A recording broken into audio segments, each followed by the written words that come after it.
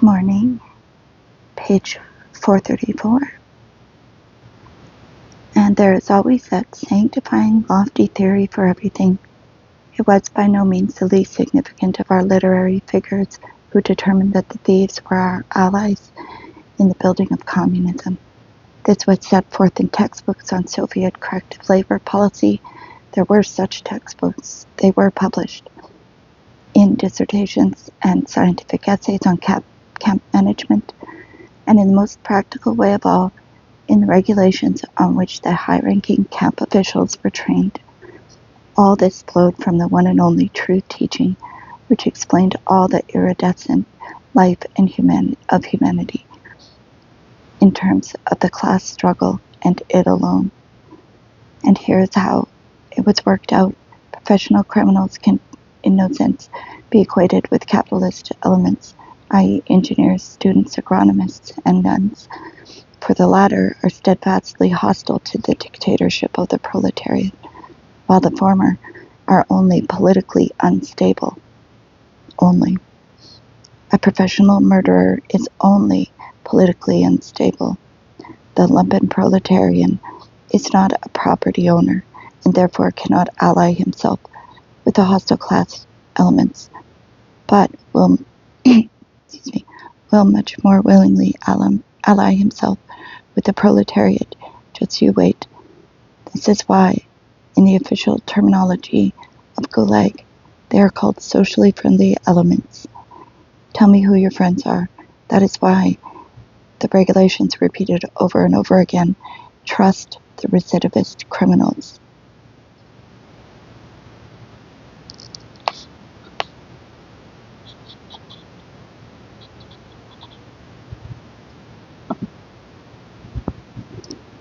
That is why through the cultural and educational section of a consistent effort was supposed to be made to explain to the thieves the unity of their class interests and those of all the workers, to indoctrinate them in a suspicious and hostile attitude toward the kulaks and counter-revolutionaries, unquote. And the authorities were to, quote, place their hopes in these attitudes, unquote. Remember Averbakh? He taught you to steal. You never would have stolen on your own. And remember, fan the class struggle in the camps. The packed-up thief G. Minayev, who wrote me a letter in the Literaturnya Gazeta. I was even proud that although a thief, I was not a traitor or a betrayer. On every convenient occasion, they tried to teach us thieves that we were not lost to our motherland, that even if we were profligate sons, we were nonetheless sons.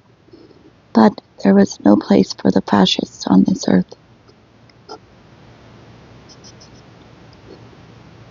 And the theory also held that it was necessary to study and make use of the best traits of the thieves. They loved romanticism, so the orders of the camp chiefs must be enveloped in an aura of romanticism. They strove toward heroism. Give them the heroism of work, if they would accept it. They had an adventurous spirit. Give them the adventure of competition. Those who know both the camps and the thieves find it hard to believe that all this was not written by imbeciles. Were they conceited? Did they like to be the center of attention? Play up to their conceit with praise, with honors, promote them into positions of leadership, particularly the ringleaders, so as to employ their already established authority among the thieves for Averbakh, for the purposes of camp. This is exactly what it says in Averbach's monograph, The Authority of the Ringleaders.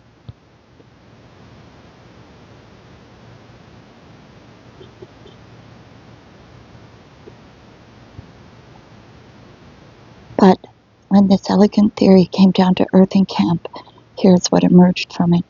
The most inveterate and hardened thieves were given unbridled power on the islands of the archipelago. in camp districts and in camps, power over the population of their own country, over the peasants, the petty bourgeoisie, and the intelligentsia, power they had never before had in history, never in any state in all the world, power which they couldn't even dream of out in freedom. And now they were given all other people as slaves.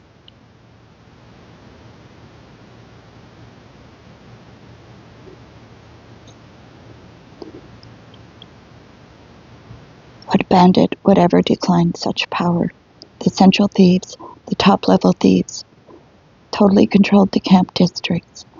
They lived in individual cabins or tents with their own temporary wives, or arbitrarily picking over the smooth broads from among their subjects. They had the intellectual women 58s and the girl students to vary their menu. In Norilsk, Shavdrov heard them all over her thief husband. Would you like me to treat you to a 16-year-old college farm girl? This was a pleasant girl who had been sent in the north for 10 years because of 1 kilo of grain. The girl tried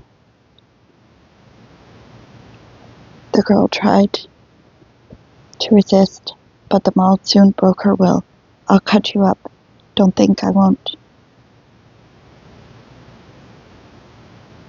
Do you think I'm any worse than you? I lie under him.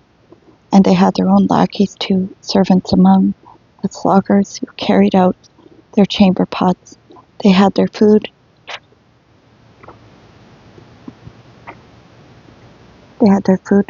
Prepared separately using the little bit of meat and good fat issued for the common pot. The thieves, who were 1 rank lower, carried out the managerial tasks of the work assigners, the deputies for auxiliary services, and the commandants.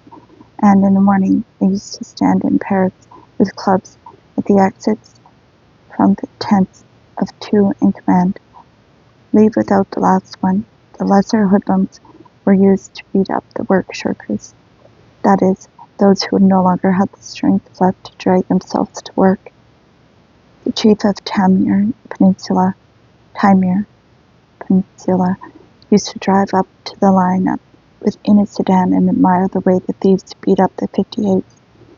Lastly, the thieves who were able to chirp, in other words, to talk glibly, washed the dirt off their necks and were appointed instructors. They gave speeches, lectured the 58s on how to live, them themselves on what they stole, and got time off sentence. On the Belomor Canal, an ugly mug like that, an instructor from among the socially friendly who understood that nothing about the business of construction could abrogate the construction orders of a socially hostile construction supervisor. And this was not only a question of theory translated into practice, but also of the harmony of everyday life. It was better for the thieves that way, and it was quieter and easier for the chiefs that way, not to tire their arms with beatings or their throats, not to get involved with details, and not to appear on the camp compound, in the camp compound. And it was much better for the business of oppression. The thieves carried it out much more brazenly, much more brutally, and without the least fear of the responsibility, without the least fear of responsibility before the law.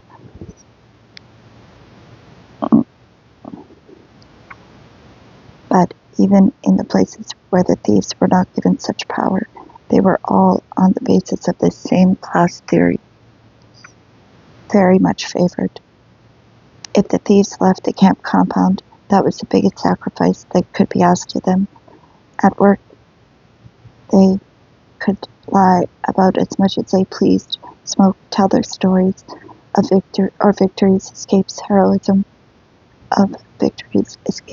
heroism, and warm themselves in the sun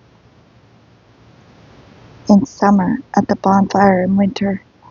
Their bonfires were never touched by the guards. but the bonfires of the 58s were scattered and stamped out. But the cubic yards of timber, earth, or coal were then stolen from the 58s. And in addition, they even took the thieves to rallies of shock workers, which on the whole were rallies of the recidivists to GULag and the Bilamore Canal. Now here is one female thief, Paragraph, illustration number 18.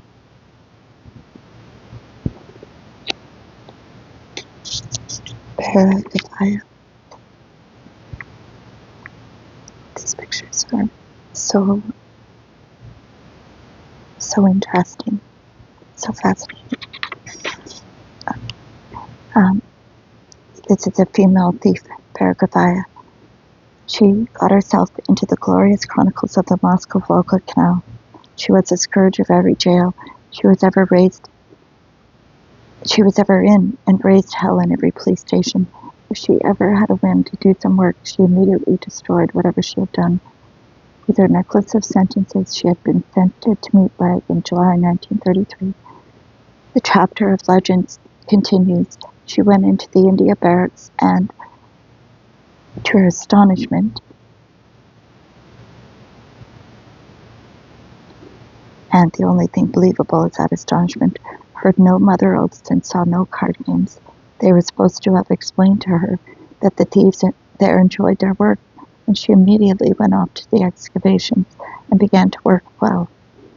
Read this to mean they credit her with the cubic yards of other people. Just look at that face.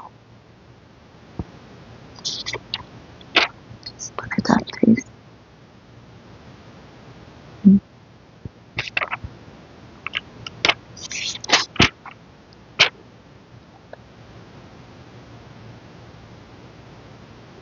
And then comes the chapter of truth.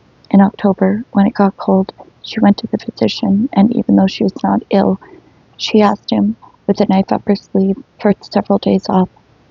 The physician willingly agreed. He always had many places available, and the work assigner was an old girlfriend of Averbakh named Polyakova, and on her own account she added 2 weeks of loafing by setting up fake work days for her. The more cubic yards were stolen from the sloggers. And right then and there, seeing the enviable life of a work assigner, Averbakh decided she would like to become a bitch too. And that very day, when Polyakova wakened her to go out to line up, Averbakh declared that she would not go out to dig dirt before she had exposed Polyakova's machinations with workdays, output, and rations. She was not particularly held back by any feeling of gratitude. She managed to get called in to see the security officer. The thieves were not afraid of the security officers because no second term threatened them. Just some of the counter-revolutionary women tried to avoid going out to work. And right away she became the brigadier of the lagging men's brigade. Evidently she had promised to kick in their teeth and these last laggers, and then a work assigner in Polyakova's place, and then an instructor in the women's barracks. This expert in oaths, this card shark, this thief, and then chief of a construction detachment. She was already ordering engineers around, and all the red bulletin boards of GULag displayed this toothy bitch smiling there. See the picture? In a leather jacket and with a field pouch, filched by someone. The hands of hers were skilled at beating men. Those eyes are those of a witch. This woman was praised by Averbakh. So easy were the paths of the thieves in camp. A bit of a scandal, a bit of betrayal, and from there on, beat and stomp. People will object that it was only the bitches who accepted positions, while the honest thieves held to the thieves' law. But no matter how much I saw of one and the other, I never could see that one rabble was nobler than the other. The thieves knocked gold teeth out of Estonians' mouth with a poker. The thieves of Krasnodar in 1941 drowned Lithuanians in the toilet for refusing to turn over a food parcel to them. The thieves used to plunder prisoners sentenced to death. Thieves would jokingly kill the first cellmate who came their way just to get a new interrogation and trial, and spent the winter in a warm place, or to get out of the hard camp into which they had fallen. So why mention such petty details of stripping the clothes or shoes from someone out in sub-zero temperatures? And why mention stolen rations? No, you'll not get a fruit from a stone, nor good from a thief. The theoreticians of GULag were indignant. The kulaks in camp didn't even regard the thieves as real people, thereby, so to speak, betraying their true bestial colors. But how can you regard them as people if they tear your heart out of your body and suck on it? All their romantic bravado is a bravado of vampires. Excuse me, I fix it.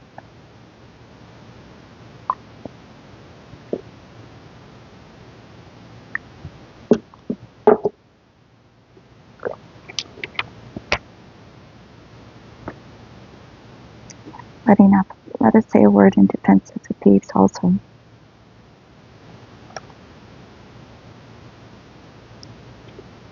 They had their own original code and their own original concept of honor, but it is not a question of their being patriots, as our bureaucrats and writers would have liked to have it, but of their being absolutely consistent materialists and consistent pirates. And even though the dictatorship of the proletariat was so assiduous in courting them, they did not respect it even for 1 minute.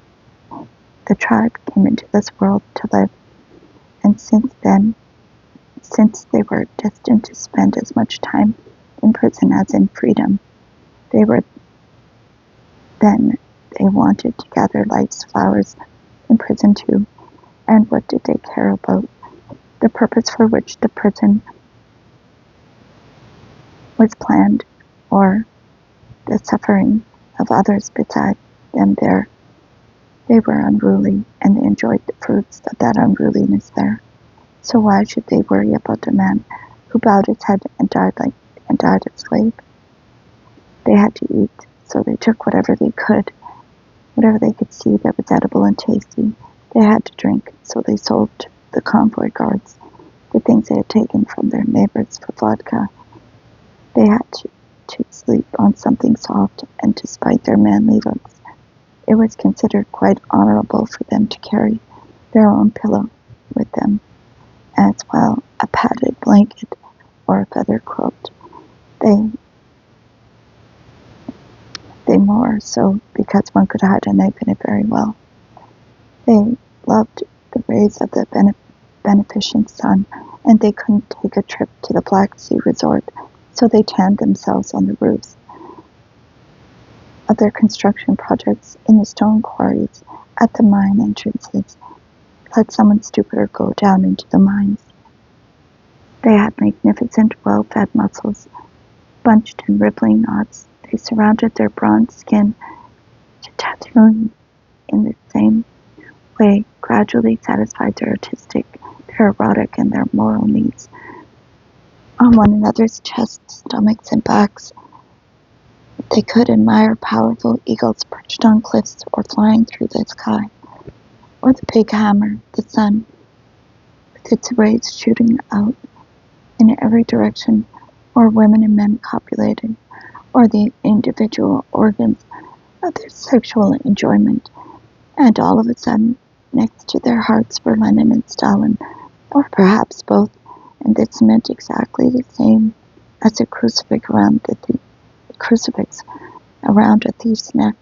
Sometimes they would laugh at a droll stoker, funny stoker hurling coal into their rear orifice, or a monkey engaged in masturbation.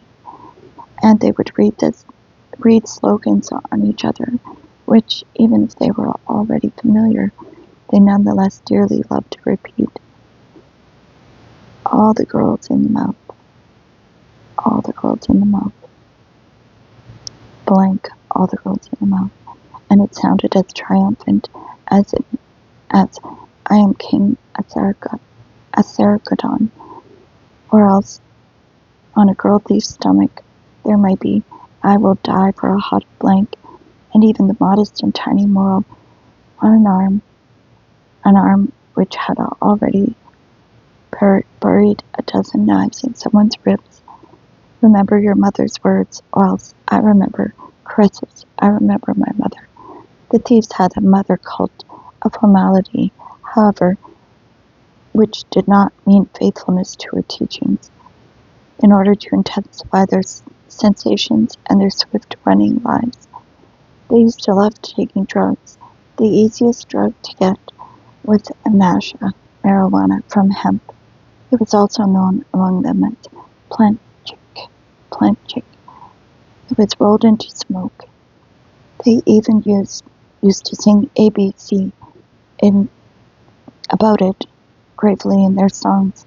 Plant chick, God's tall grass, joy of pickpockets, one and all. I don't know how to sing that one. Yes, they do not recognize the earthly intuition of private property, and in this respect they really are hostile to the bourgeoisie and to those communists who have dakas and automobiles. Everything they come across on life's path they take as their own, if it is not too dangerous, even when they have a surfeit of everything. They reach out to grab what belongs to others, because any unstolen article makes a thief sick at heart. They wear the clothes they have stolen while they have novelty until they tire of them, and soon afterward lose them at card games that last for several nights and only give them their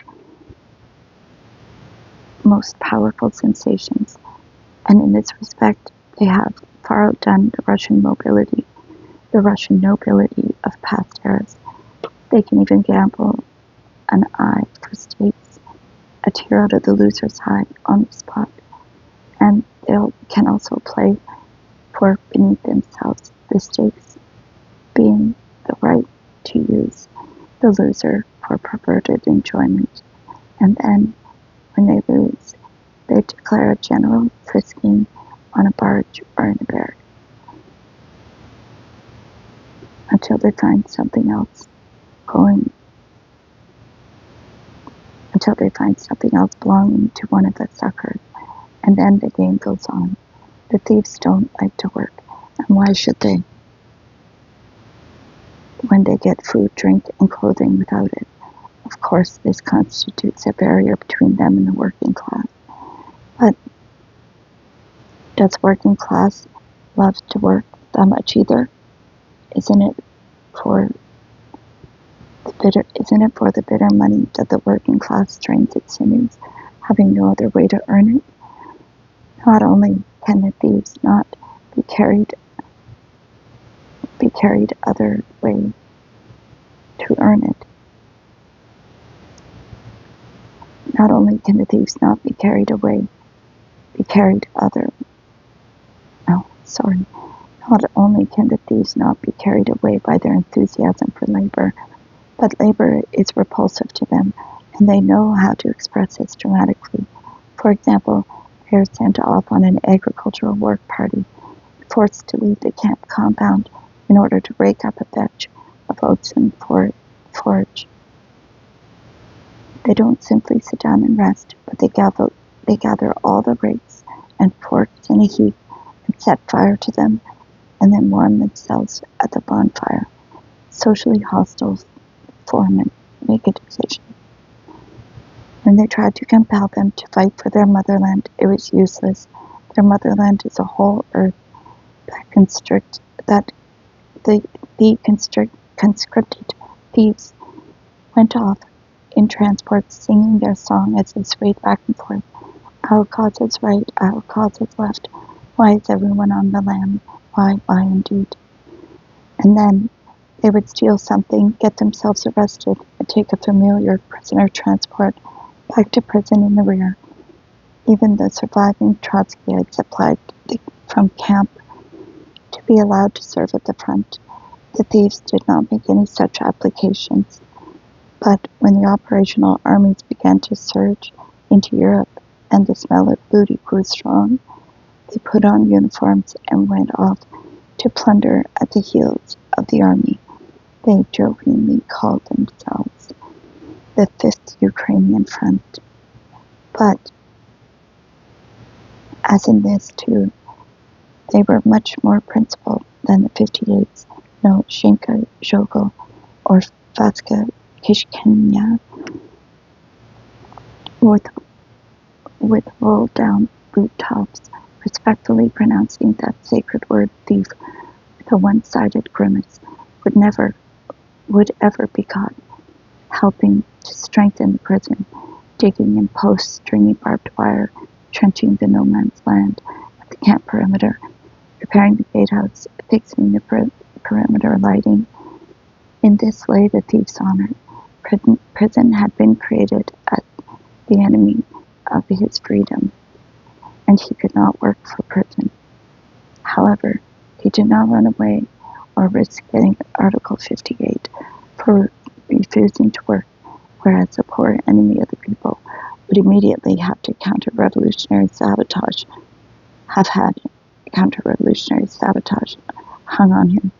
The thieves were bold and impudent because of their own impunity, for, as the saying goes, whoever has been mauled by a bear is likely to be afraid of its tongue.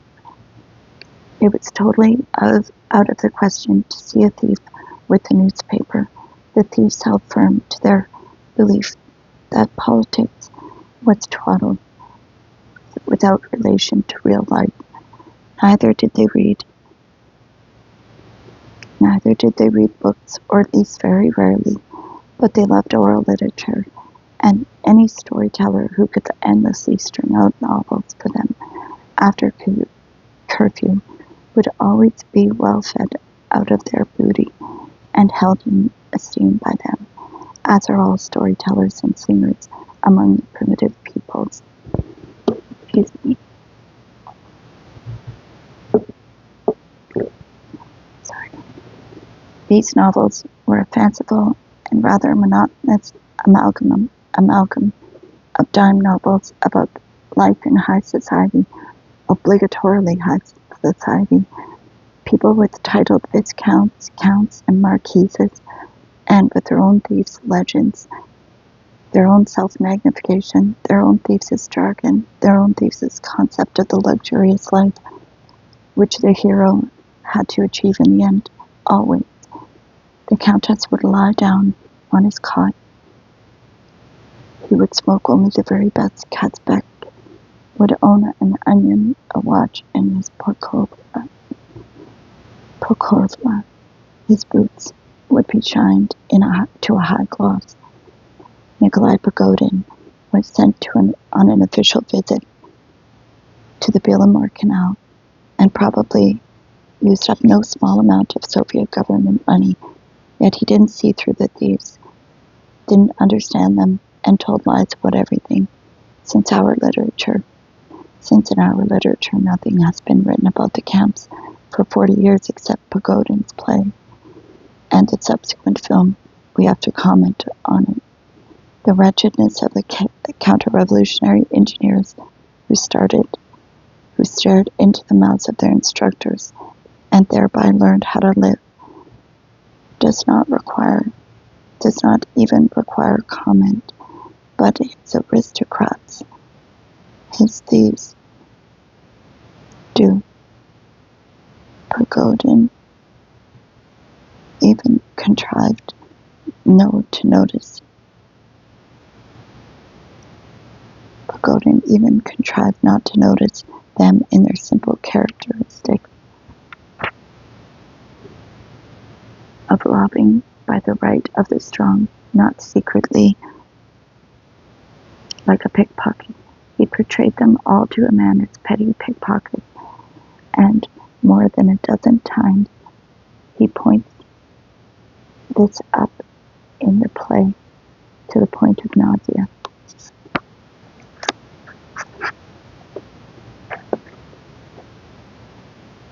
And he has the thieves steal from the thieves utter nonsense. They steal only from the suckers and turn everything over to their ringleader. Neither did Pagodin understand, or he did not wish to understand, the real stimuli of camp work, hunger, beatings, and the collective responsibility of the brigade. He did not even distinguish between the camp inmate who was a comrade and the one who was a citizen. He latched on to only one thing, the socially friendly character of the thieves, which he was prompted to by canal administration in Medvedegorsk, and even before that by Gorky in Moscow, and he rushed to show the reforging of the thieves. And what came out was such an outrageous libel of the thieves that even I want to defend them against it.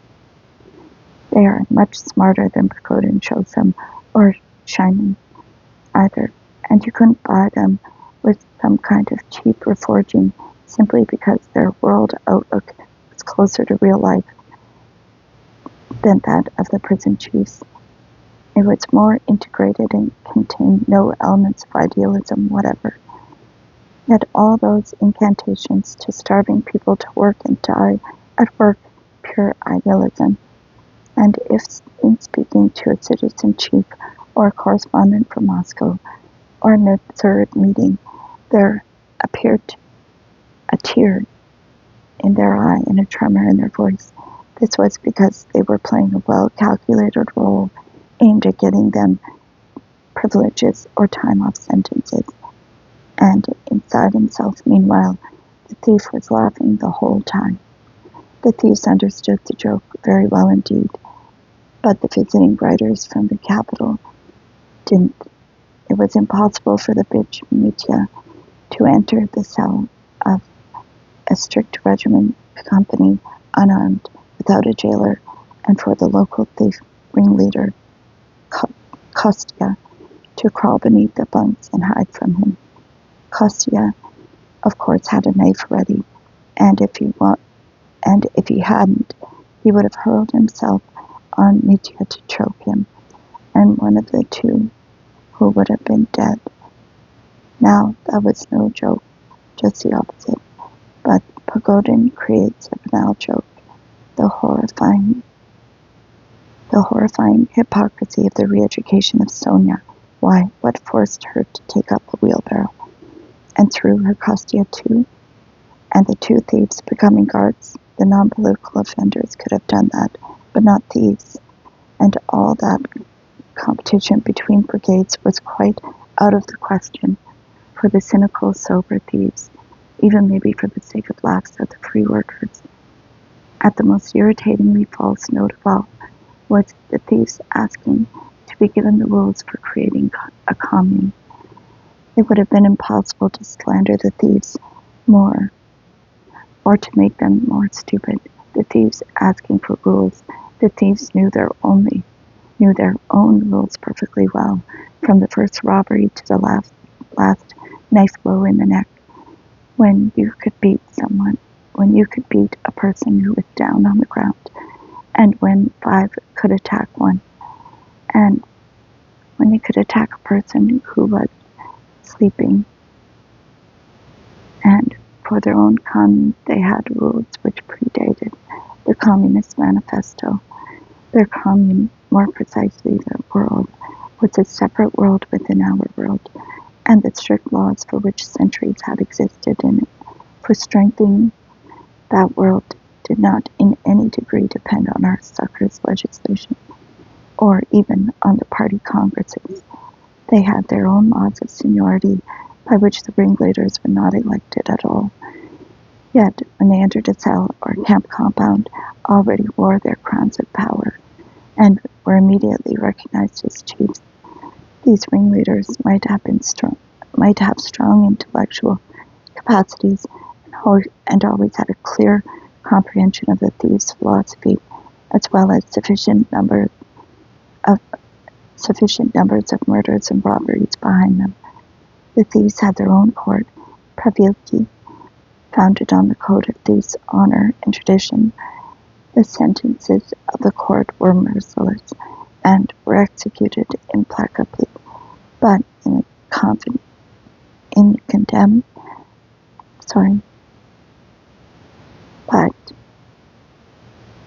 sentences of the court were merciless and were executed implacably, even if the condemned person was quite out of reach and in a completely different camp compound. The types of punishment inflicted were unusual. They might all jump in turn from the upper bunks onto a convicted person lying on the floor, and thus break his ribcage. And what did their word frayersky, or of the suckers, mean? It meant what was universally human, what pertained to all normal people.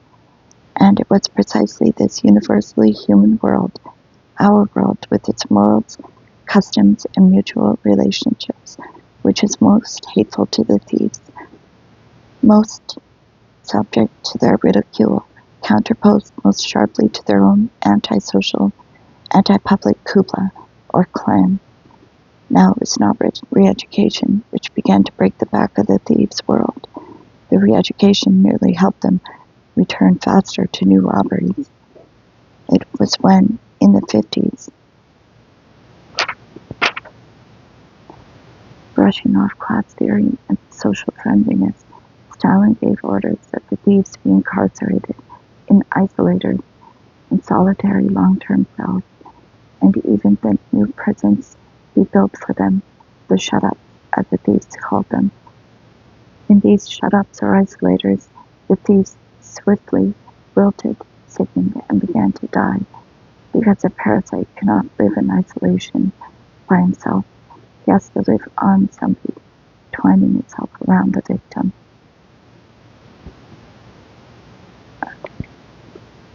Thank you for listening. Sorry about my voice, it's raspy. Have a great day.